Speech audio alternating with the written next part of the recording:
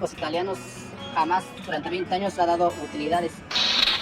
El pasado 26 de junio, un trabajador perdió la vida dentro de las instalaciones de la empresa Sprinter ubicada sobre Boulevard Aeropuerto. El trabajador fue jalado por una máquina que comprime el desperdicio del hambre, perdiendo la vida dentro de dicha. Año con año se ve como las industrias cambian de razones sociales, cambian de nombres. ¿Para qué? Para evitar el pago de impuestos, ¿no? Pensamos o casi estamos seguros de que las nóminas maquilla, o sea, esos impuestos los maquilla, evade muchos impuestos. Decidimos reunirnos y realizar el paro laboral. Trabajamos jornadas de 12 horas, pero prácticamente vía nómina nada más nos pagan 8 horas. No es la primera vez o no es el primer año que los trabajadores no reciben utilidades, ¿no? Y bueno, no es exclusivo de esa fábrica, sino que se va rondando en el Parque Industrial 2000, en la zona industrial de Lerma, Ocoyacac, Santiago, y que bueno, es algo importante de voltear a ver, ¿no? Cuestión de seguridad sí les falta mucho. Pues solo yo tuve un accidente, se me volé las dos partes de mis dedos y hasta ahora no han tomado cartas en el asunto. En todas las oficinas hay hostigamiento laboral, acoso laboral, exceso de estrés, sin que bien sabemos que el estrés ya está catalogado como enfermedad. Hemos visto a lo largo del tiempo que hemos llevado defendiendo trabajadores es que siempre la unión ha hecho la fuerza, ¿no? Siempre la unión de los trabajadores y trabajadoras puede hacer una diferencia. No callarse hace una diferencia muy grande para que se puedan exigir y se logre el cumplimiento de los derechos de los trabajadores. La violación a los derechos laborales es un problema grave al que se enfrentan las y los trabajadores en el Estado de México. Recientemente se llevaron a cabo una serie de paros laborales en empresas del Valle de Toluca, una de ellas, Plásticos Italianos, debido al incumplimiento en el pago de utilidades, lo que generó descontento entre las y los trabajadores, quienes decidieron organizarse para exigir la garantía de sus derechos.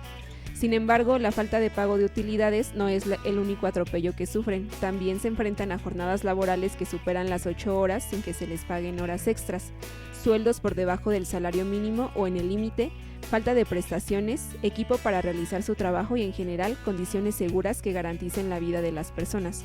Solo un ejemplo de la falta de seguridad que enfrentan los trabajadores ocurrió hace unas semanas, el pasado 27 de junio, cuando un trabajador murió al quedar atrapado en una máquina que comprimía alambre.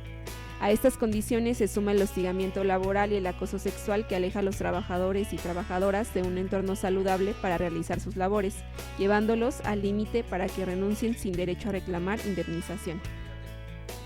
La falta de vigilancia e inspección de las condiciones laborales por parte de la Secretaría del Trabajo y en general el abandono de los trabajadores por todos los niveles de gobierno afecta gravemente a las condiciones de vida de las personas. Por ello, hoy en Todo en Contra hablamos de la impunidad que tienen las empresas en el Estado de México y el papel de los sindicatos y la organización de los trabajadores. Bienvenidos y bienvenidas. Buenas noches, compañeros. Hola, buenas noches. Buenas noches, Jan. Carlos. Pues bueno, para empezar este programa, pues vamos a recurrir a la historia sobre el sindicalismo en México, que también explica mucho de cómo es que hoy están las condiciones laborales en nuestro país y pues quiénes son quienes tendrían que defender o defienden a las y los trabajadores, Ali. Pues, ¿qué tal? Muy buenas noches a todo el equipo de Todo en Contra, a los que están allá atrás, que hacen la magia en los controles, en las cámaras, en las luces, en el audio.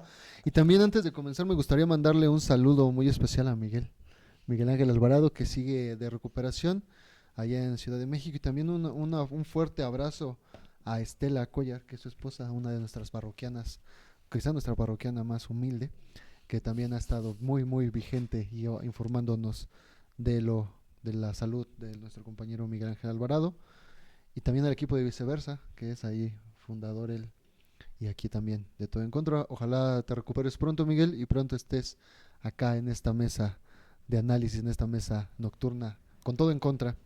Y efectivamente, hoy que estamos hablando de las condiciones de trabajo en el Estado de México, tenemos que hacer un poco de memoria histórica sobre las condiciones de los sindicatos, porque partimos de una hipótesis que uno de los escollos en la organización de la lucha obrera son los sindicatos charros, ¿de acuerdo? Estos sindicatos charros que pues velan principalmente por los intereses patronales y por los intereses del gobierno o de los gobiernos en turno. Y esto tenemos que irnos un poquito atrás porque las luchas obreras en México van a comenzar a finales del siglo XIX, en el Porfiriato. Hay que recordar que a finales del siglo XIX pues ya hay toda una organización y el nacimiento de una clase obrera, porque pues ya se había estabilizado el país, había orden y progreso desde el punto de vista capitalista y burgués del Porfiriato, positivista también, y nacían las primeras organizaciones obreras, y de ahí hay que irnos a una primera etapa, que serían los antecedentes de los primeros movimientos sindicales y obreros del país, que los vamos a datar entre 1900 y 1930. Aquí tenemos que tener puntualmente pues lo que fue el programa del Partido Liberal Mexicano, de los textos de los hermanos Flores Magón, principalmente de Ricardo Flores Magón, que ya ven y exigen por lo menos 3 cuestiones puntuales, que es el derecho a huelga, el aumento al salario, la disminución de las horas de trabajo a 8 y los descansos los domingos, ¿no? Pero de ahí pues tenemos que saber, y sabemos que pues las condiciones obreras estaban tremendas, y ahí tenemos dos tremendas para los trabajadores principalmente, porque eran condiciones inhumanas de explotación, donde pues ganaban poco, se endeudaban toda su vida, eran los que eran trabajadores extranjeros, pues tenían mejores condiciones, y pues el gobierno de Porfirio Díaz pues los tenía olvidados, ¿no? Él mismo se dice que respondía a las cartas, porque era un presidente muy paternalista, respondía a las cartas de los obreros, y pues donde no resolvió. Y de ahí nos vamos a trasladar a los primeros eventos catatónicos de la lucha obrera, que serán la huelga de Cananea y la huelga de Río Blanco, que son estándares en la lucha previa a la revolución, donde, pues si hacemos un poquito de historia y de memoria, pues estas 2 huelgas, la de Cananea en Sonora, en la de cobre, y en Río Blanco, en Veracruz, que es de textil, pues tienen una influencia puntual del programa del Partido Liberal Mexicano, que busca pues estas tres demandas: el derecho a huelga, la jornada de 8 horas, los aumentos salariales y las mejoras en las condiciones de trabajo. De ahí nos vamos a tener que ir a 1910, donde pues sabemos que se estalla la Revolución Mexicana, y una parte importante de las filas revolucionarias, que curiosamente en vez de apoyar a Zapata y a Villa, que son los representantes populares de la revolución, pues los obreros van a apoyar a Álvaro Obregón y a Venustiano Carranza, formando los famosos batallones rojos, que van a luchar incluso contra Zapata y contra Villa. Hay que saber pues que estos son los que ganan la revolución después de las diferentes etapas: la lucha contra Díaz, la lucha contra Huerta, la guerra civil entre Villa, Zapata contra Obregón y Carranza, y pues se verán pues sus demandas materializadas en lo que es el artículo 123 de la Constitución Política de 1917, y después con la promulgación de la Ley Federal del Trabajo años después. Pero también vamos a ver que ya comienzan a aparecer algunas organizaciones obreras antes de 1940, que por decir aparece la Casa del Obrero Mexicano, Casa del Obrero Mundial y el Sindicato Mexicano de Electricistas antes de 1920, ¿no? Entonces, entre 1920 y 1940 hay toda una cuestión de reconstrucción nacional después de la revolución, y se van colocando los pilares de la posrevolución, ¿no? En este sentido y en este tenor vamos a avanzar un poco hasta 1934 con el cardenismo, con Lázaro Cárdenas al frente de un proyecto más profundo de la revolución, con aumento en el reparto agrario y con el endurecimiento de estas formaciones sindicales. Ya había más formaciones sindicales en ese momento en México, y son formaciones principalmente influenciadas por el campo, por la izquierda, por el marxismo, provenientes de la lucha y de la revolución. Y tenemos ahí que vamos a estar, van a aparecer algunas nuevas organizaciones sindicales, como la CROM, la Casa Regional del Obrero Mexicano, y de ahí se van a comenzar a endurecer las políticas, ¿no? Vamos a poner como ejemplo la expropiación petrolera. La expropiación petrolera pues deviene en parte por la huelga del Sindicato Mexicano de Petróleo, ¿no? Los trabajadores petroleros se fueron a huelga, la empresa no resolvió, y pues en una cuestión estratégica Cárdenas decreta la expropiación. Hasta ahí podemos ver que hay un momento, hasta 1933, 1940, podemos ver que hay un aumento de las demandas obreras. Hay huelgas, hay confrontación con el gobierno, pero sin embargo todos entran en lo que podemos llamar como esta clase revolucionaria, ¿de acuerdo? Todos forman parte todavía de los vencedores de la revolución. Después de Cárdenas, pues ahí sí va a venir la bronca y va a venir el rompimiento, ¿de acuerdo? Después de 1940, cuando se opta, en vez de elegir a Mujica, a Francisco Mujica como candidato y presidente, pues se elige a otro cuate que es Manuel Ávila Camacho, que lo ven como un personaje más moderado, un personaje más tranquilo, no simpatiza tanto con el, entre comillas, radicalismo del cardenismo, y entonces es ahí en 1940, 30 años después de la revolución, que habrá un viraje del proyecto de nación a lo que se le conoce como un momento de reconciliación nacional, pero que se va a girar al centro y a la derecha política.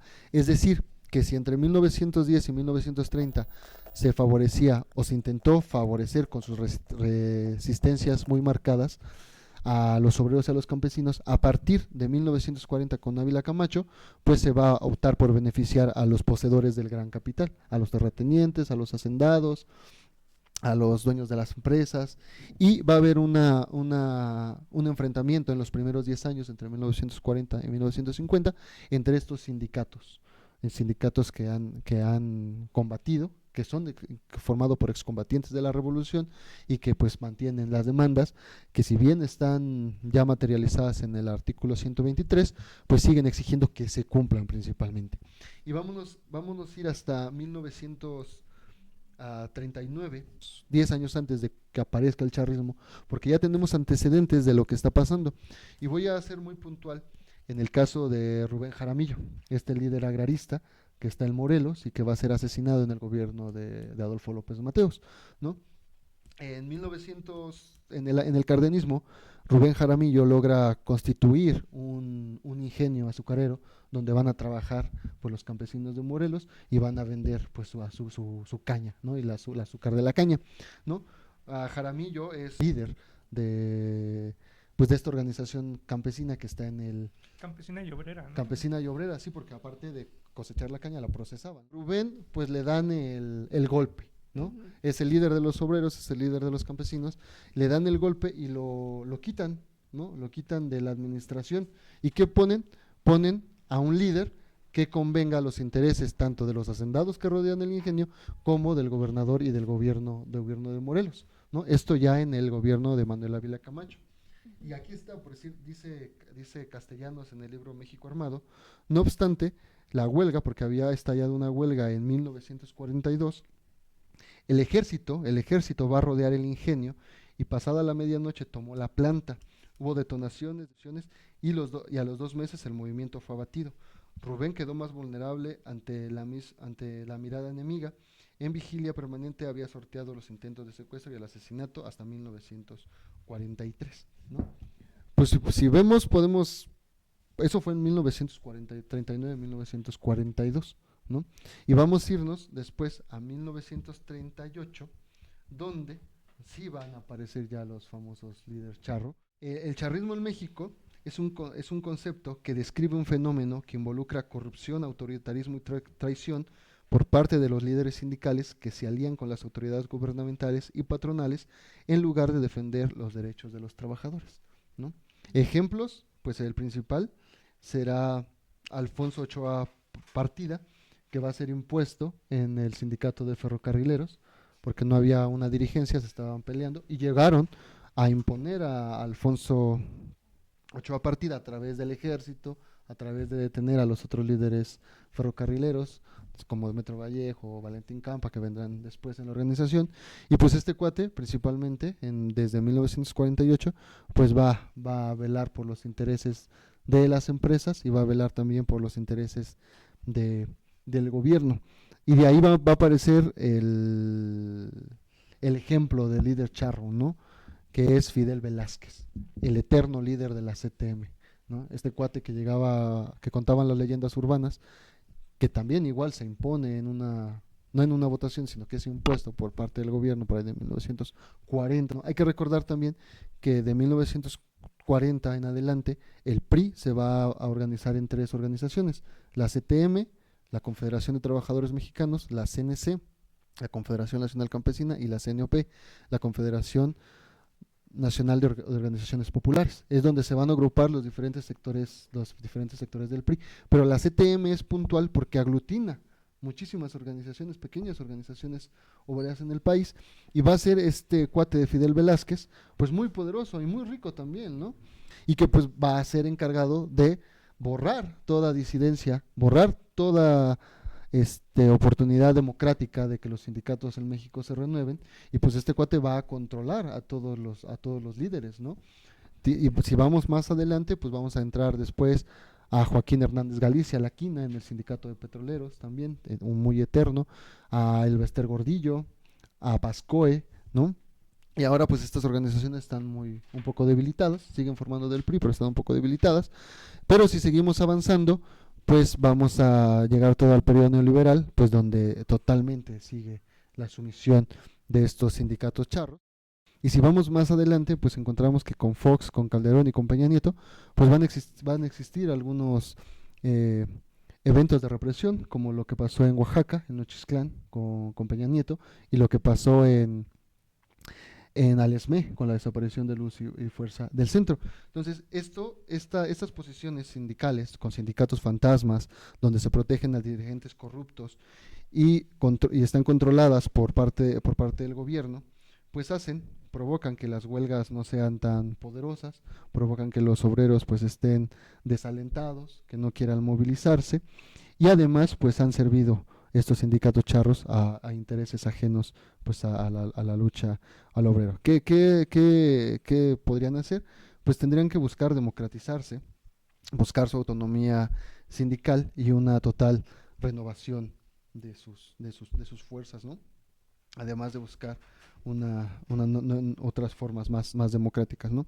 A lo largo del sindicalismo en México, pues se han enfrentado diferentes fuerzas, pero a partir de 1940 es notorio el viraje a la derecha, al centro y a la derecha, en donde pues estos sindicatos pues van a servir a los intereses patronales y gubernamentales, y no a los intereses de clase y a los intereses obreros.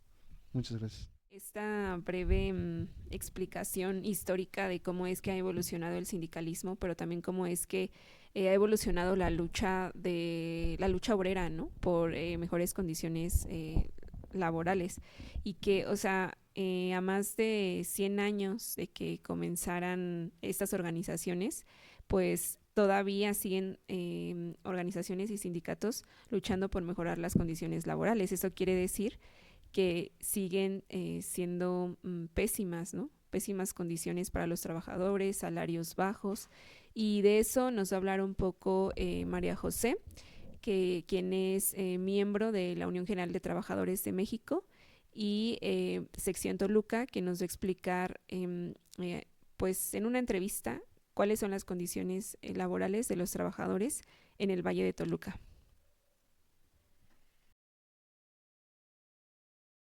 Consideramos que a nivel nacional las condiciones para los trabajadores son muy precarias, ¿no? Es decir, el INEGI reporta 60 millones de trabajadores aproximadamente, pero hay que desglosar que de estos el 33% se encuentran en la informalidad y 4.2 millones se encuentran dentro de esa parte o sección que le llaman subocupados, ¿no? Es decir, que tienen una jornada menor a las 48 horas y que, obviamente por ende su salario es menor, ¿no? Es decir, que pocas personas están empleadas dentro de la formalidad, que poseen un contrato colectivo de trabajo, que son beneficiados con estas leyes o reformas que han ido implementando, como es el tema del aumento salarial. No todos cuentan con seguridad social, ¿no? Cada día la edad para ser jubilado, para tener pensiones, pues es muy alta, ¿no? Y debería de disminuirse. La mayoría de familias que se encuentran trabajando dentro de la formalidad, pues sabemos que hoy en día la canasta básica anda en casi 1,300 pesos, lo más básico para una familia, y con este aumento de casi 248 pesos que anda ahorita el salario mínimo, pues no alcanza para cubrir estas necesidades básicas en una familia integrada por más de 2 personas. Los trabajadores se ven orillados a vender su fuerza laboral al costo que sea, bajo las condiciones laborales que sea, para poder llevar a cabo un sustento a sus familias, ¿no? Somos uno de los estados que más inyecta el Producto Interno Bruto en nuestro país y que además tiene una de las importantes áreas de manufactura de las industrias a nivel nacional, ¿no? Y que bueno, eso se ve reflejado en contaminación, en el tema del desplazamiento de los trabajadores, etcétera, ¿no? Y en este caso particular, al menos año con año se ve como las industrias cambian de razones sociales, cambian de nombres. ¿Para qué? Para evitar el pago de impuestos, ¿no? Ya lo denunciaba la fábrica que apenas se fue a huelga a paro, la de Plásticos Italianos Toluca. Entonces, que bueno, ahí se ve que no es la primera vez o no es el primer año que los trabajadores no reciben utilidades, ¿no? Y bueno, no es exclusivo de esa fábrica, sino que se va rondando en el Parque Industrial 2000, en la zona industrial de Lerma, Ocoyoacac, Santiago, y que bueno, es algo importante de voltear a ver, ¿no? Y en el tema también de los aguinaldos, entre otras cosas, pues no se respetan los contratos colectivos de trabajo, ¿no? Algunos trabajadores también denuncian que les dan hojas en blanco cuando entran a trabajar y las tienen que firmar sí o sí, porque pues si no, ¿cómo van a poder laborar, ¿no? No se les dan equipos de seguridad básicos para poder desempeñar pues sus labores, ¿no? Entonces es algo muy importante de voltear a ver. Y en el caso de algunos que laboran más de 48 horas de trabajo, pues no se les pagan las horas extras, ¿no? Y eso lo han denunciado trabajadores en diferentes zonas aquí del estado, y ahora nosotros desde la UGTM que nos hemos aventurado a ir a distribuir un periódico que es de la base trabajadora, que se llama Vanguardia Proletaria, y en la zona industrial de Lerma, pues todas este tipo de comentarios, este tipo de irregularidades las presentan con nosotros los trabajadores, ¿no? Y es algo importante de empezar a organizar. Nosotros tenemos claro que las condiciones económicas de las y los trabajadores y las condiciones laborales de los mismos no van a cambiar si no cambiamos de fondo las condiciones político-económicas y sociales del mundo y de nuestro país, ¿no? Nosotros vamos por la emancipación política, económica y social de la clase trabajadora, y en ese sentido nosotros tenemos una propuesta, bueno, una plataforma política que habla de ir por mejores condiciones de vida y de trabajo. Y en ese sentido, por ejemplo, cuando algunas empresas se declaran en quiebra y no quieren pagar utilidades, no quieren pagar los salarios reales, no quieren pagar indemnizaciones, pues nosotros decimos que más bien ellos deberían de pagar realmente las crisis que nosotros vamos pues viviendo, ¿no? Los trabajadores. Vamos en contra del sindicalismo corporativista y de los sindicatos blancos, ¿no? Porque muchas veces están las fábricas, luego que entramos, va a Recursos Humanos, nos habla que tenemos derecho a un sindicato, ¿no? Van los del sindicato, se presentan, nos dicen, bueno, nosotros somos del sindicato tal, y bueno, si quieren estar agremiados, bueno, aquí está la hoja, firmen de que quieren estar dentro del sindicato y van a tener ciertas facilidades. La realidad es que la mayoría de los sindicatos en los que están insertos los trabajadores responden a necesidades de los empresarios, ¿no? Entonces ya lo veíamos con Plásticos Italianos de Toluca, que decían que pues era un sindicato de la patronal, ¿no? Y al final del día, ¿cómo vamos a dejar en manos de este tipo de sindicatos la negociación de nuestros contratos colectivos de trabajo o otro tipo de situaciones, ¿no? Entonces vamos en contra de ese tipo de sindicalismo, porque no es un sindicalismo que nos represente a las y los trabajadores, sino más bien deberíamos ir por un sindicalismo que hable de asambleas, socializar las demandas, que hable de socializar la toma de decisiones, y que bueno, nosotros como trabajadores estemos ahí, ¿no? También vamos por la defensa y ampliación de las libertades. ¿Esto qué quiere decir? Que vamos por la libertad de organización, la defensa pues de las victorias históricas que hemos tenido como trabajadores. ¿Qué quiere decir? Actualmente pues trabajamos una jornada no mayor a 48 horas supuestamente, ¿no? Y sí o sí la vamos a defender a capa y espada, pero eso no significa que no vayamos a luchar por más, ¿no? Ahora está la reivindicación de la lucha por la disminución de la jornada laboral de 48 a 40 horas, y es algo importante que nosotros como trabajadoras y trabajadores debemos de ir, ¿no? Y que no porque nosotros vayamos a pelear por una disminución de jornada significa que los empresarios tengan que imponer esta situación de bajar el salario a algo menor, ¿no? De lo que nosotros merezcamos, porque al final del día Nosotros como trabajadores somos aquellos que producimos la riqueza con nuestro sudor, con nuestras manos y con nuestra fuerza laboral. De las 40 horas, pues es una situación histórica, porque desde 1917 que se promulga la Constitución, pues no se ha movido esa situación de hablar de una disminución o una negociación de esta jornada, ¿no? En ese sentido hay diferentes sectores, tanto organizados como no organizados, que se han estado movilizando en San Lázaro, en Toluca, en el norte y en el sur del país para hablar de esta disminución de la jornada laboral, ¿no? Ahorita se está convocando una jornada de lucha a nivel nacional para el 1 de septiembre, donde esperemos que no solamente cientos, sino miles de trabajadores en las diversas plazas de nuestro país estemos saliendo a exigir que realmente pase esta iniciativa y que se vote y que además sea legislada, ¿no? Porque, bueno, cuando se vino el proceso electoral, la Cámara de Diputados, la Cámara de Senadores dijo, bueno, vamos a esperarnos a que pase este proceso electoral y después vemos si la discutamos, ¿no? Entonces, nosotros como trabajadores no debemos de esperar ahora sí a que pasen este tipo de procesos, porque al final del día pues son el pan de cada día, ¿no? No nos vamos a esperar de aquí a otro año más para que discutan la disminución de la jornada. Nosotros tenemos que ir y exigir esa disminución. Entonces vamos construyendo ese escenario. Además, también estamos en contra de este proceso de fascismo y de represión que hay en nuestro país. El Estado hace la parte represora de si hay una movilización, de si los trabajadores se emplazan a huelga, pues van y los golpean, ¿no? Van y los desplazan, van y tratan de disolver a toda costa ese tipo de movilizaciones y de expresiones de las y los trabajadores. Entonces, bueno, a grandes rasgos eso es lo que proponemos y en ese sentido, pues lo proponemos a partir de asambleas, de esta Unión General de Trabajadores de México. Nosotros decimos que no nada más está como la vía legal, ¿no? Si bien los trabajadores tenemos esta parte de la Ley Federal del Trabajo que supuestamente como que nos ampara, nos respalda, nosotros decimos que también podemos ocupar otro tipo de formas de organización y de lucha en el caso de la creación de sindicatos propios, ¿no? Ya lo veíamos con experiencias allá en el norte del país, más o menos en el año 2018-2019, cuando más de 30,000 trabajadores se van a huelga, ¿no? De diferentes fábricas y que exigen un 20% de aumento salarial y un bono de 32,000 pesos que iba incluido en su contrato colectivo de trabajo. A partir de eso ven la necesidad de que pues tratan de crear un sindicato independiente de trabajadores que se va a llamar 2032 y que bueno, es una forma también como de hacer la contraparte a ese tipo de sindicatos que tienen en su poder la mayoría de la titularidad de los contratos colectivos de trabajo, hablando en el tema de la industria, ¿no?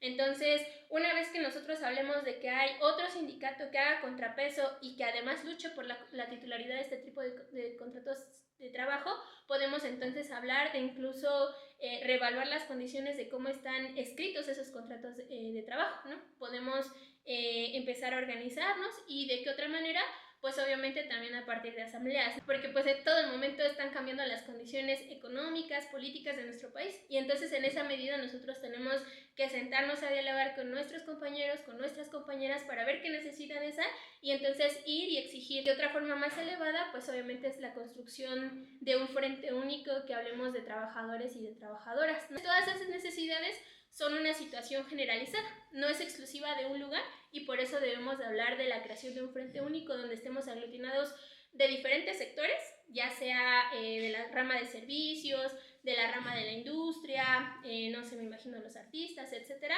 para estar luchando contra este embate que da la clase de la élite, es decir, los empresarios y los políticos contra nosotros como base trabajadora. Ahí tuvimos la entrevista de María José y para continuar profundizando en el tema, Carlos nos hablará de las inspecciones y un poco de esta entrevista a María José.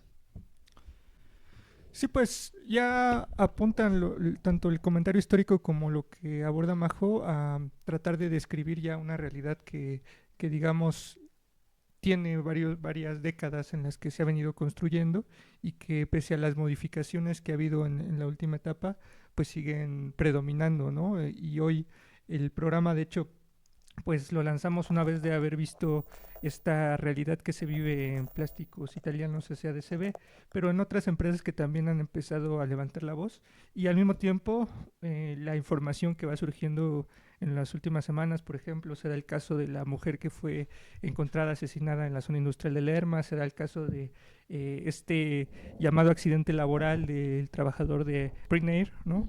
que es pues muerto al realizar su labor de trabajo por una máquina, y que muchas veces son considerados accidentes laborales cuando en realidad pues es prácticamente un terrorismo patronal que se ejerce por las condiciones en las que se ven obligados los trabajadores a laborar, ¿no? Y parte de lo que nos decían los mismos trabajadores de Plásticos Italianos pues era eso, ¿no? Incluso el hecho de tener mutilaciones que nos mostraban, pues es una realidad cotidiana en muchas empresas que siguen sin cambiar sus condiciones laborales. Entonces, la pregunta sería, bueno, ¿a qué se debe eso? Pues en parte al escenario que ya se retrató y por otra parte al actuar de las instituciones. Vamos a empezar hablando de lo que es el salario. Recordemos que en el último sexenio se ha destacado el hecho de que se ha incrementado el salario mínimo en un 110%. Sin embargo, es importante analizar cómo se está impactando o cómo está impactando este aumento salarial en el conjunto de los trabajadores. En este caso que tenemos estadísticas que nos proporciona el IMSS, y a través de eso vamos a tratar de reflejar cómo es que realmente está incidiendo o no el aumento salarial que se presumió durante el sexenio. Y bueno, tenemos que al término, van a ver ahí las imágenes, al término del 2018, el salario promedio me refiero a que se suman todos los salarios de los trabajadores afiliados y se promedia en 341 pesos era el salario promedio que teníamos a finales del 2018, y el nacional estaba por debajo, el estatal era de 354 pesos. Después de 6 años, ¿no? Después del sexenio de López Obrador, el salario promedio en el Edomex de los 1.878.000 trabajadores que están afiliados actualmente al IMSS en la entidad, nos da un promedio de 536.72 pesos. Es decir, el salario aumentó un 36%. Mientras que el promedio nacional fue de 585 pesos, o es de 585 pesos, que significa un aumento del 40%. Es decir, aquí impactó por debajo del promedio nacional. Ahora bien, de acuerdo con el INEGI y el Índice Nacional de Precios del Consumidor, que lo que evalúa es la inflación, tenemos que de enero de 2018 a mayo del 2024, la inflación o este Índice Nacional de Precios del Consumidor aumentó 35.72%, ¿no? Eso quiere decir que en términos reales el salario al conjunto de los trabajadores del Estado de México pues se fortaleció un 0.28%, ¿no? Es decir, prácticamente fue nulo el avance que se tuvo en términos de el poder adquisitivo que tiene el conjunto de los trabajadores en el Estado de México. ¿Qué más pasó? Bueno, en 2018 teníamos 1.944 trabajadores que vivían con el salario mínimo, que era de 88 pesos. Actualmente, con estos cambios, tenemos una proporción de 15.087 trabajadores que viven hoy con el salario mínimo. Es decir, en el fondo tenemos una población que está sobreviviendo con salarios con menor poder adquisitivo, ¿no? Más pegados al salario mínimo. Mientras tanto, pues en este sexenio, Slim y Germán Larrea, pues las dos personas más ricas de México duplicaron su riqueza, ¿no? Que es parte del contraste de esta realidad laboral en la que nos encontramos. Ahora bien, eso en términos económicos, que creo que pues ahí todos tendrán que dar su opinión. Creo que parte de lo que tratamos de destacar es que en realidad no es que esté en el conjunto de los trabajadores impactando en términos salariales un cambio, ¿no? Salvo que lo que puede influir pues son que los apoyos federales pues puedan contribuir al ingreso familiar, pero en términos del salario no tenemos condiciones realmente de modificación. Ahora, el tema de las inspecciones, ¿no? Hay que recordar que existe esta atribución que tiene la Secretaría del Trabajo, que también tiene la Profedet, que pueden o deben, ¿no?, actuar para la inspección laboral. Sin embargo, por ejemplo, en el caso del Estado de México, hicimos una solicitud de información en enero del 2024, que van a poder ver en pantalla, y nos dice que en los últimos 5 años, 2019, 2020, 2021, 2022 y 2023, se hicieron 8.130 inspecciones, ¿no? En la parte de abajo pueden ver las sanciones que se aplicaron, de esas 8.130 inspecciones, solamente 316 terminaron en sanción, ¿no?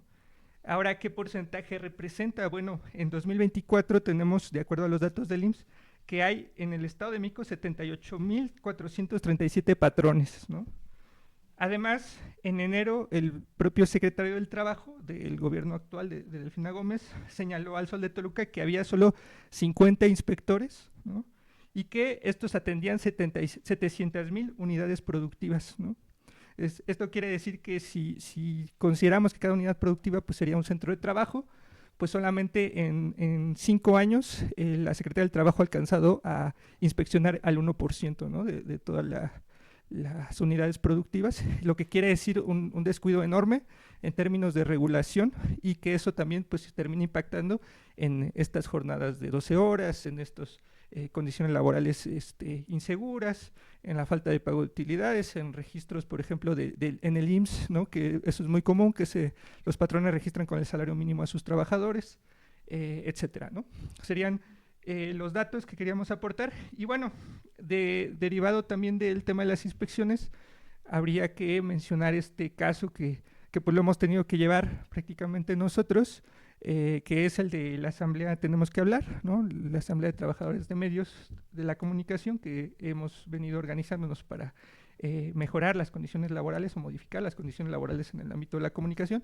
Nosotros, desde el inicio del gobierno de Delfina Gómez, ingresamos una serie de demandas en las que se pedían inspecciones y de hecho Delfina Gómez nos recibió, ¿no? En la primera audiencia ciudadana se le planteó directamente que teníamos la demanda de inspecciones laborales, nos canalizó a la Secretaría del Trabajo y hubo el compromiso del actual secretario del Trabajo de apellido Poblete, el compromiso de que se iban a realizar al menos 10 inspecciones de manera inicial para los medios de comunicación, para justamente empezar a modificar estas condiciones que también, así como se narran en otros centros de trabajo, pues están presentes en los medios.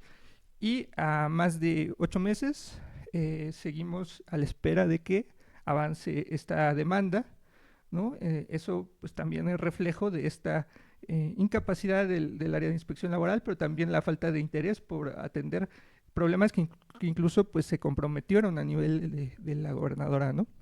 Ese sería el comentario. Y también la falta, aparte de que si hay 50, ¿no? 50 inspectores para 700,000 empresas, bueno, también no vamos a generalizar que todos están mal, ¿no?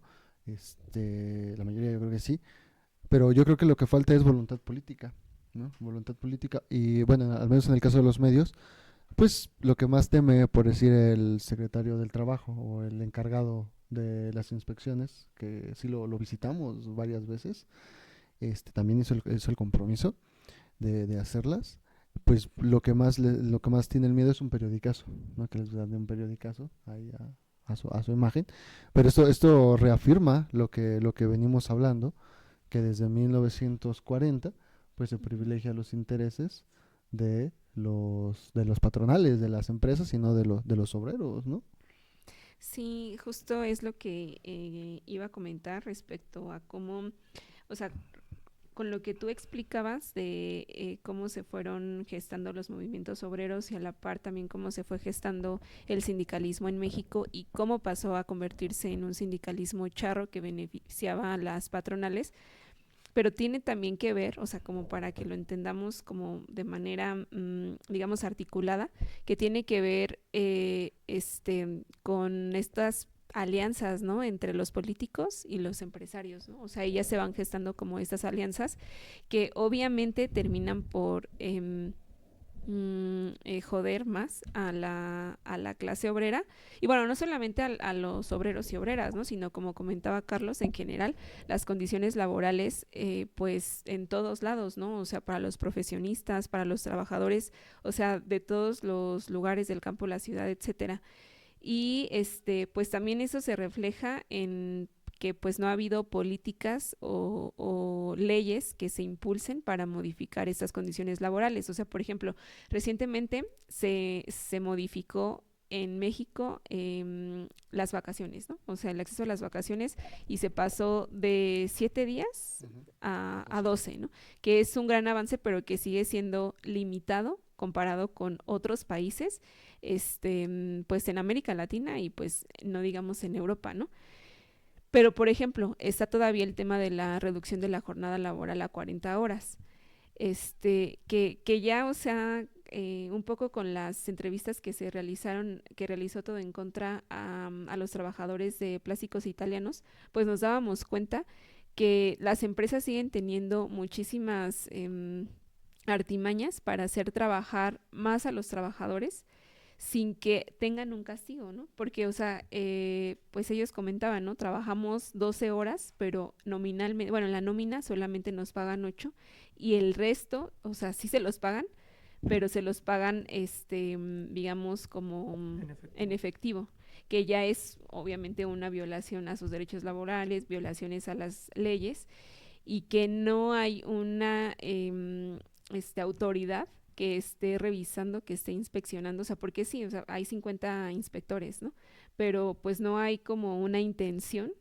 ¿Y por qué no hay una intención? Porque pues obviamente hay alguienes quienes están recibiendo pues muchas ganancias y mucho dinero, ¿no? Que es tanto el gobierno como las empresas, los dueños, los empresarios pues estamos hablando del Valle de Toluca.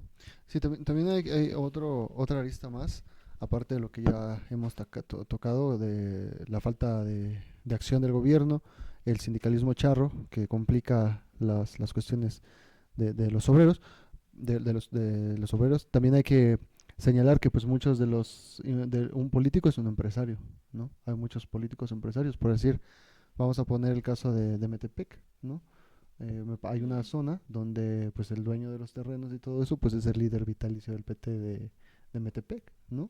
O el propio alcalde. O el propio alcalde, ¿no? O por decir, perfecto, él ha abusado de su poder convirtiendo algunos espacios públicos en privados para sus empresas, ¿no? También otros casos, ¿no? Por decir, dueños de medios de comunicaciones que están metidos con sus hijos en política, ¿no? Entonces, pues también ahí se va dibujando toda esta posición extraña. Pero también yo creo que debemos de tocar un punto importante que yo creo fervientemente que ya los sociólogos lo han visto, y esto desmontar todo el pensamiento de organización y de lucha obrera. Por decir, nuestra generación, que viene de los 30 a los 40 principalmente, si tú le preguntas a la mayoría de nosotros, a los más jóvenes, que si trabajan en una empresa pues se sindicalicen, no quieren, ¿no? Está una mentalidad muy individual, ¿no? Y cuando tú le no, pues un sindicato, ¿qué hace un sindicato? Te ayuda a organizarte, te ayuda a defender tus derechos, te ayuda a conseguir mejores condiciones laborales. Y dicen, no, yo prefiero trabajar por un contrato por tiempo determinado o por tiempo indeterminado, y ¿sabes qué? El problema del otro no me interesa, ¿no? Y yo lo he visto, por decir, que la práctica de los propios sindicatos charros pues ha generado un rechazo de la mayoría de la población. Sí, ¿no? exacto. Esta idea de los sindicatos charros, pues es que un sindicato es igual, corrupción es el que no sirve, ¿no? Es para enriquecer a un tipo, ¿no? Para favorecer a alguien, ¿no? Entonces tienen toda esta carga negativa. En México la mayoría, los sindicatos tienen una carga negativa a tenerla positiva.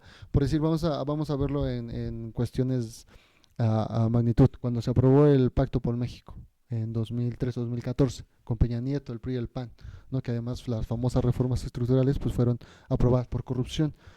¿Cuántos sindicatos se movilizaron? Ninguno, ¿no? Todos apoyaron la decisión de Peña Nieto, ¿no? ¿Cuántos sindicatos se están movilizando ahora con López Obrador? Ninguno, ¿no? Hay pequeñas huelgas, ¿no? Como la que hubo las que hay en las armadoras, ¿no? En Audi, en Puebla, o la que pasó ahorita hace no mucho tiempo en Telmex, ¿no? También, ¿no? Pero son así como focos muy aislados. Por decir, vámonos a Europa, ¿no? O sea, cuando se movilizan los sindicatos, o en Argentina cuando se movilizan los sindicatos, literalmente los países se paralizan, ¿no? Un día o 2 días. Aquí en México no pasa eso, ¿no? Entonces está todo esto, más la cuestión individual que durante 30 años el neoliberalismo sembró en la gente, porque ese es el mayor triunfo del neoliberalismo, ¿no? Desarticular las luchas obreras, las luchas campesinas, ¿no? En México principalmente, ¿no? Entonces, por eso yo conozco compañeros que trabajan en la educación privada, ¿no? La educación privada es una cuestión de explotación total, ¿no? Donde te pagan 50 pesos la hora o 70 pesos la hora en la mayoría de las escuelas, ¿no? Donde te piden que entres a las 6:30 de la mañana y salgas a las 4 de la tarde. Donde si te dicen tienes que venir a cubrir un evento, tienes que ir, ¿no? Y en tu contrato ni siquiera está eso. En tu contrato solamente eres docente frente a grupo, ¿no? Ah, pero tienes que venir a los consejos técnicos y no te los voy a pagar, ¿no? O te dicen que te dicen yo pago tus impuestos, pero nunca ves, ¿no? Con qué impuestos te están pagando, ¿no? Pero pues ahí hay una oportunidad de organizar los sindicatos, ¿no? De organizar a los compañeros, ¿no? Yo creo que si se organizara los profesores de educación privada, te surgía un movimiento muy fuerte, ¿no? Por toda esta cuestión de la explotación en la educación privada, ¿no? Pero no lo quieren hacer porque está la cuestión de la negatividad de los sindicatos y está esta cuestión individual, ¿no? De yo tengo mis horas, no me importa nada, llego, agarro, me voy. Sí. Y habría que añadir dos ingredientes más para el análisis. Uno es las condiciones laborales que tienen los trabajadores del Estado, porque eso también termina impactando, ¿no? O sea, pues el Estado ni siquiera regula las empresas privadas y en segunda, a sus propios trabajadores los tiene en condiciones deplorables, ¿no? O sea, muchos trabajadores están por contratos de 6 meses, ¿no? En el gobierno del Estado, en la universidad, por todos lados, ¿no? Contratos de 6 meses que se renuevan y que estás en cada momento, pues, a riesgo de perder tu empleo. Tenemos también ahí sindicatos corporativos como el SUTEM, en el caso de los trabajadores del gobierno del Estado, tenemos pues un conjunto incluso de denuncias que siguen manifestándose, pero que vienen desde el gobierno el gobierno priista, pues, y que obviamente van a estar impactando por las propias demandas de basificación que tienen años, décadas sin ser atendidas y que por ley deberían ya de estar aplicándose, ¿no? Ese es un ingrediente que tenemos que poner sobre la mesa. Y el otro es justamente las propias condiciones que tienen los trabajadores para conformarse, ¿no? Pues digo, hay, de acuerdo con la Ley Federal del Trabajo, pues el derecho a huelga, pero ese derecho a huelga se ha venido cada vez acotando, ¿no? Acotando de tal forma que ahora, pues tú tienes que realizar emplazamientos, tienes que entrar en procesos de diálogo, de negociación y con el riesgo de que en cualquier momento te ilegalicen tu huelga, ¿no? Y puedan quitarte, pues quitarte de la protesta que puedas hacer en la fábrica, ¿no? Como por ejemplo ahora está en Michoacán ArcelorMittal, que es una empresa una acerera que pues, se fue a huelga de los trabajadores, pero están con el riesgo permanente de que les tratan de ilegalizar, ¿no? El proceso. Entonces, al final, lo que han hecho es acotar todas esas medidas para que justamente lo que tú decías, ¿no?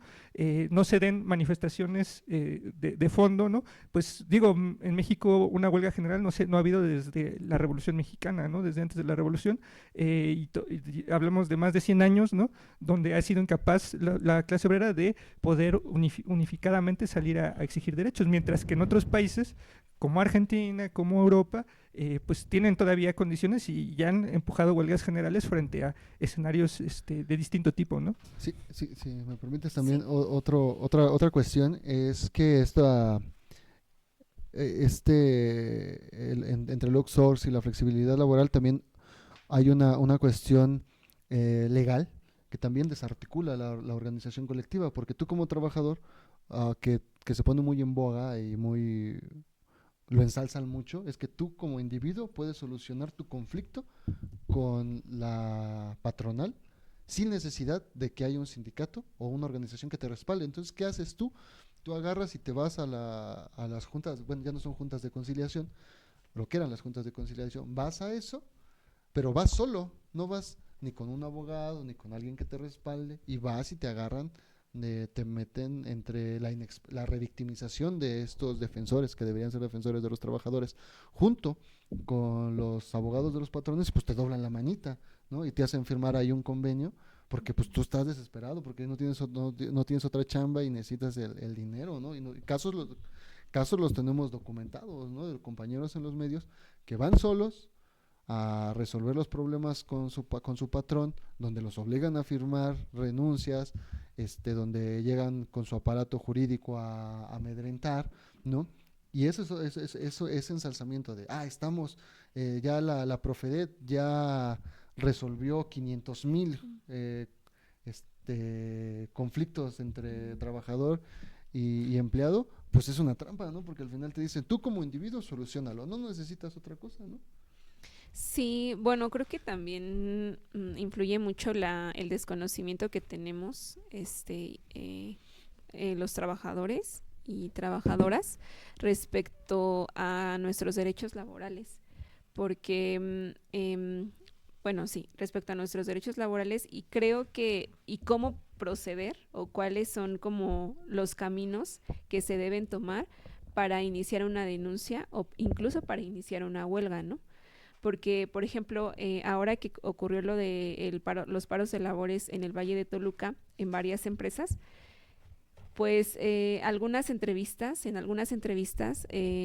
los trabajadores comentaban que, o sea, habían decidido parar, pero al momento como de intentar esta conversación con el patrón, pues obviamente quien los representaba pues era su sindicato, ¿no? Porque sí están afiliados, o sea, sí tienen un sindicato, pero es un sindicato charro, ¿no? Entonces hay un desconocimiento entre que ellos también podrían organizarse para hacer su propio sindicato, ¿no?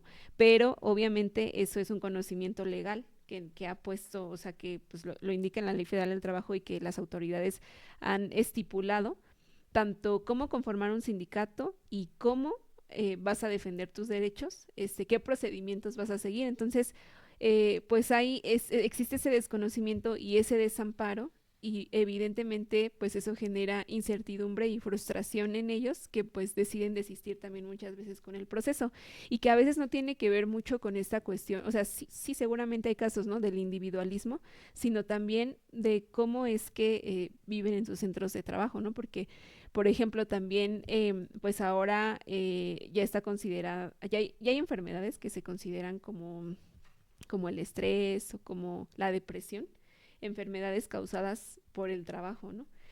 Y eso tiene que ver con ambientes de trabajo hostiles y con el hostigamiento, ¿no? O sea, no solamente existe el hostigamiento sexual, sino también el hostigamiento laboral, cuando tu entorno o tu jefe o tus compañeros o incluso el patrón con los salarios tan bajos, etcétera, te están obligando todo el tiempo a que tú abandones tu centro de trabajo, a que tú te aísles, porque pues seguramente tú eres el problema y que no te organices y que no denuncies, ¿no? Junto con otros compañeros esas violencias laborales. Creo que eso es algo fundamental que se ha visto incluso también lo que comentaba Carlos respecto en la asamblea de trabajadores de los medios de la comunicación, que se ha visto ese hostigamiento, ¿no? O sea, que llega a tal punto en que compañeros y compañeras pues se ven afectados de su salud mental. Entonces, creo que también hay una intimidación muy fuerte por parte de la patronal, por parte del sindicato, pero también por parte de las autoridades que, como tú comentabas, pues supuestamente son un mediador, pero terminan beneficiando pues a los empresarios. Entonces, bueno, ya para ir cerrando, vamos con una entrevista a Vanessa Rojas de la Consultoría y Defensa de los Derechos Humanos Laborales.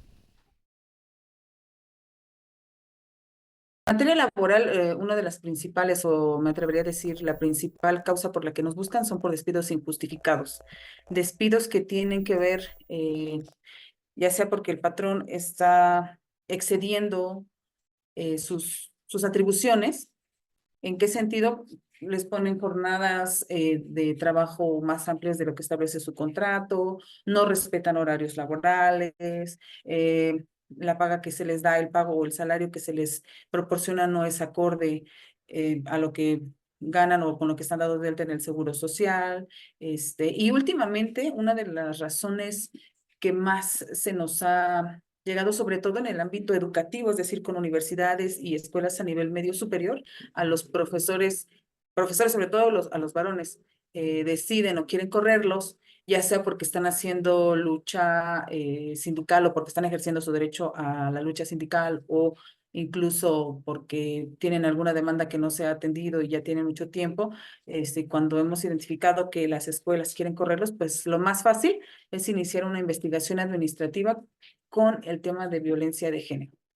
Esta parte es la que yo creo que es sistemática a nivel, me atrevería a decir incluso que nacional, ¿no? No solo en el Estado de México o en la Ciudad de México, sino a nivel nacional, cuando los trabajadores empiezan a levantar la voz para exigir sus derechos laborales, es lo que los orilla a estar como en el ojo del huracán para que puedan, o para que más bien para que sean despedidos de manera justificada, entre comillas, muy grandes comillas, justificada para el patrón, ¿no? Pero que en realidad vemos que es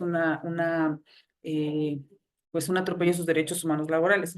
Esto, por ejemplo, que han hecho algunas empresas de firmar contratos con los trabajadores y trabajadoras, contratos de prestaciones de servicios, ¿no? También es un tema bien importante, porque muchas de las empresas lo que hacen es obligar al trabajador a firmar contratos de prestaciones de servicios cuando esto es una simulación de un contrato laboral, ¿no? O de una relación laboral. O firmar renuncias incluso desde el inicio, es decir, desde la contratación. En la contratación firman contratos individuales de trabajo, pero al mismo tiempo están firmando su renuncia, ¿no? Esa es una práctica también muy común, que cuando el trabajador ya se vuelve incómodo para el patrón, entonces utilizan en su contra para decir, no, mira, pues tú renunciaste, ¿no? Tú fuiste el que renunció, y con eso intentan deslindarse de responsabilidades. Lo que hacemos en el despacho es justo pelear por pues por ese derecho que tiene el trabajador, de que pues es claro que se encuentra en una situación adversa para él, ¿no? Porque pues el patrón es el que tiene el poder de decidir si te da o no te da el trabajo, y el trabajador lo que necesita pues es justo ese trabajo. No podemos decir que el sistema es perfecto porque creo que nunca lo será, ¿no? Porque eso obliga también al patrón a seguir inventando y perfeccionando más bien sus maneras de despido, pero por lo menos este nuevo sistema nos ha pues regalado algunos beneficios. ¿Cuáles son? Uno de ellos, que el tiempo que se tiene para que un juicio concluya, pues es mucho menor que en el sistema pasado, ¿no? En el sistema pasado, un trabajador podía estar en juicio 5, 10, 15, 20 años, ¿no? Y en este sistema, en este nuevo sistema, han tardado un año, año y medio, ¿no? Y que ahora quien juzga o quien determina una sentencia, pues es un juez, ya no es el presidente de la Junta, ¿no? Claro que tiene sus errores, no es un sistema nuevo, es un sistema que se está empezando a conocer, que está empezando a agarrar cauce, pero me parece que es muy prometedor.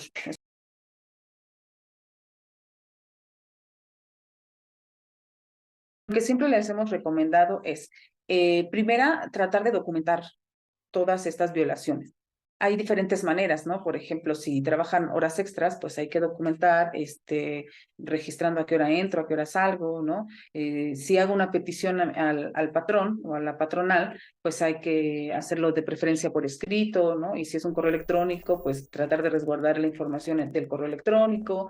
Ya en casos más severos, cuando los despiden, ¿no?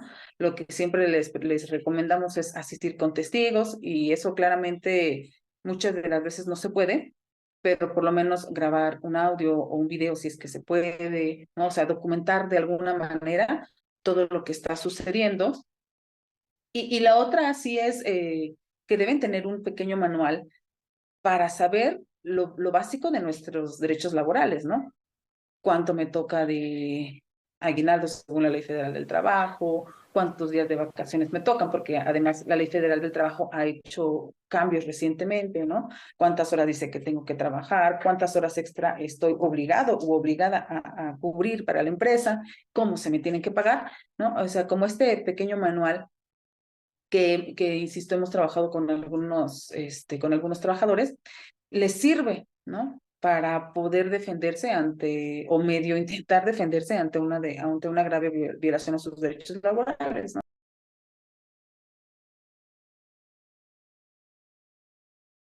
Sí, y justo cuando hemos detectado que hay sindicatos, porque hay muchos a lo largo de la República, y sobre todo cuando se trata de empresas como más pequeñas, ¿no? La empresa siempre dice, no, pues sí tenemos sindicato y está X sindicato, ¿no? Que es un sindicato blanco por patronal. Y entonces lo que siempre les recomendamos es, si sabes a qué sindicato perteneces, por muy charro o muy blanco que pueda ser el sindicato, lo mínimo que debe tener es un contrato colectivo de trabajo. Entonces, si sabes a qué sindicato pertenece, porque a ti te hacen como trabajador, te hacen un descuento, ¿no? De forma, ya sea semanal, quincenal, mensual, depende de cómo les paguen, y ahí viene el nombre del sindicato. Entonces, ¿qué es lo que les recomendamos? Saber a qué sindicato pertenecen, obtener el contrato colectivo de trabajo y con base en eso, para defenderse. Una de las cosas más importantes o de las más comunes es investigaciones administrativas, nunca le notifican al sindicato cuando es un derecho del trabajador que un representante sindical se encuentre con ellos o con él o con ella al momento del desahogo de la investigación administrativa. Entonces, eso es lo que les hemos recomendado, ¿no? Y primero, identificar cuál es el sindicato al que pertenecen. Segundo, conseguir el contrato colectivo de trabajo y estudiarlo, por supuesto.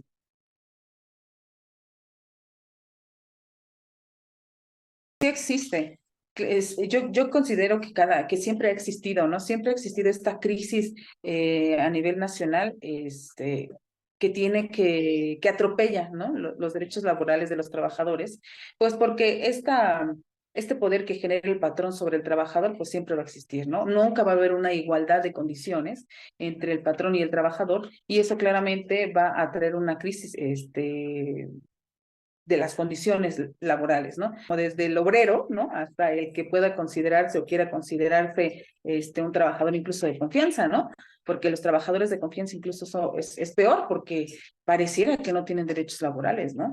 Aunque la Ley Federal del Trabajo o la Ley Federal de Trabajadores al Servicio del Estado los ampara de alguna manera, pues siempre estos derechos son bien transgredidos, ¿no? Son pisoteados por el patrón y siempre van a buscar la manera de pues de echarlos abajo o de transgredirlos, ¿no? De violarlos. Y entonces yo creo que sí existe una crisis generalizada en México.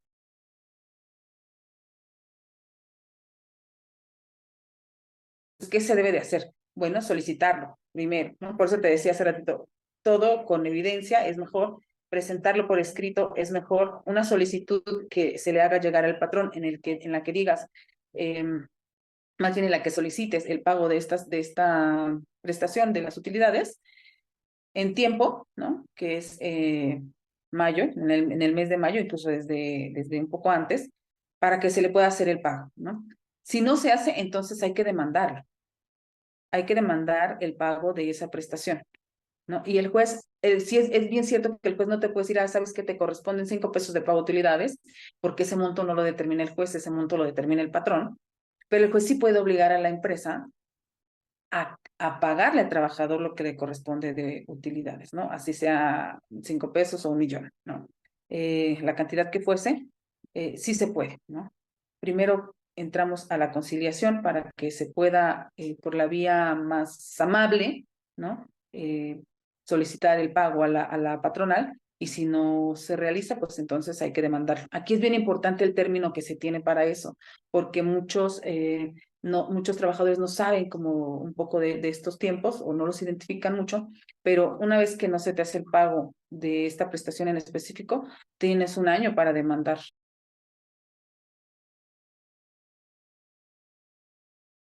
Lo que hemos visto a lo largo del tiempo que hemos llevado defendiendo trabajadores es que siempre la unión ha hecho la fuerza, ¿no?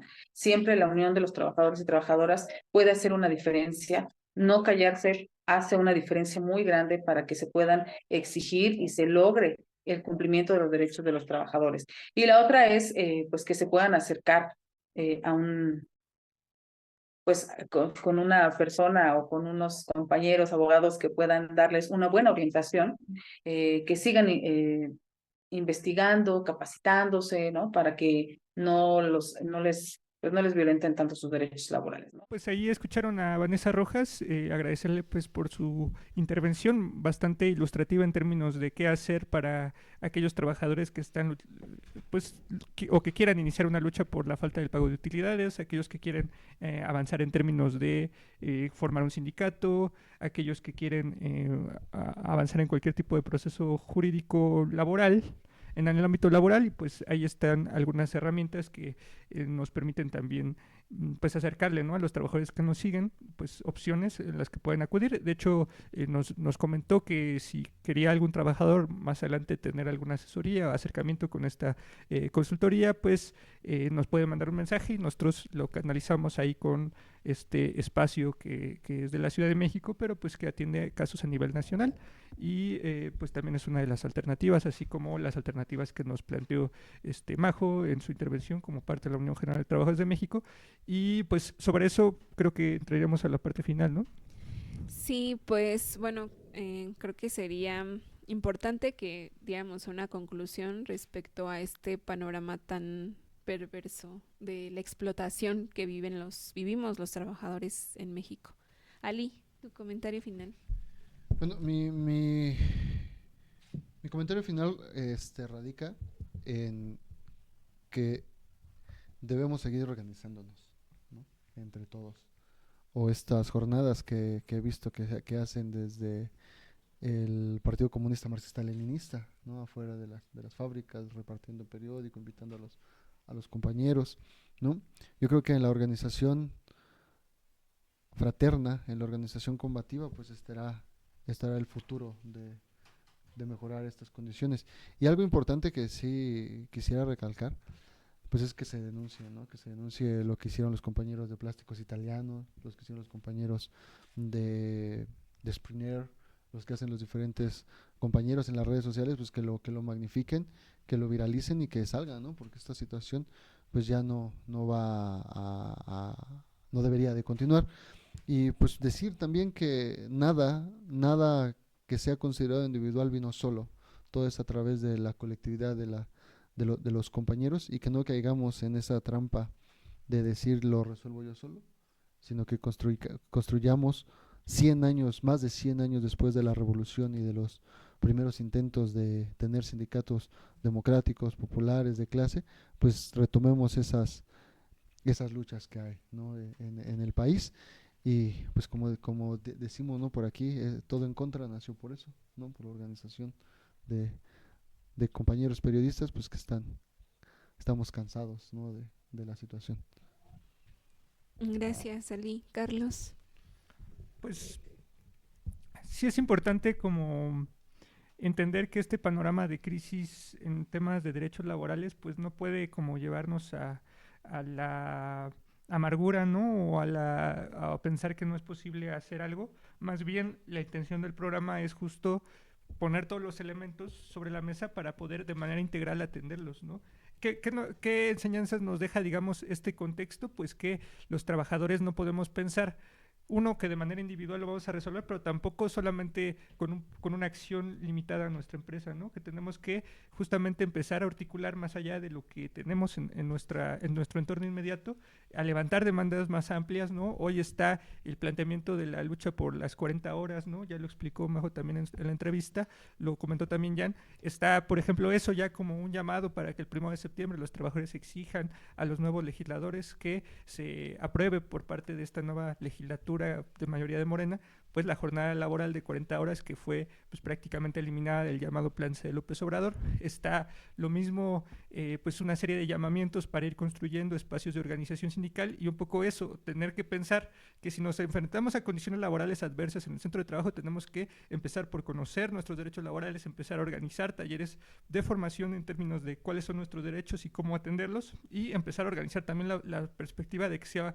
se empujen movimientos más amplios, ¿no?, de trabajadores y trabajadoras, porque hoy las condiciones tan críticas en las que se encuentra el tema laboral pues nos orillan a tratar de levantar un proceso de mucho más alcance que impacte en todos los trabajos, ¿no? Porque hoy, por donde le veamos, ¿no?, ya hablamos de diferentes rubros, y vamos a encontrar pues casi condiciones pre-revolucionarias, ¿no? En México, que hoy se siguen replicando más de 100 años después, ¿no? Sí, bueno, en la época prerrevolucionaria comentábamos hace un momento que se pagaba en menos de 50 centavos una jornada laboral de 12 horas. Obviamente ya cambió el valor del peso, etcétera, pero pues yo creo que si continúan organizaciones sindicales y si continúan los paros laborales, las huelgas, etcétera, es porque las condiciones laborales todavía no son adecuadas para que las personas tengamos una vida digna. Entonces, yo creo que, o sea, como para cerrar, fue muy importante lo que pasó en el Valle de Toluca, porque no solamente fue Plásticos Italianos, fueron varias empresas de la zona industrial, y, bueno, de los parques industriales del Valle de Toluca, en donde los trabajadores reclamaban el pago de utilidades, ¿no? Y aunque ahora es quizá una exigencia, pues obviamente meramente económica, porque es necesaria, creo que es un comienzo y que justamente deja ver que las condiciones son tan graves que probablemente vamos a seguir viendo pues estas respuestas de las y los trabajadores, y no solamente de la industria, sino pues como, o sea, de la industria de los obreros, sino de otros sectores. Y pues esa invitación, ¿no?, a conocer nuestros derechos y a buscar las alternativas no solamente legales sino políticas, como también comentaba María José en la entrevista que nos compartió. Y pues eso es todo. Muchas gracias a todos y todas quienes nos ven. Ojalá que puedan ayudarnos a compartir este episodio. Y buenas noches. Todo en contra. Todo en contra.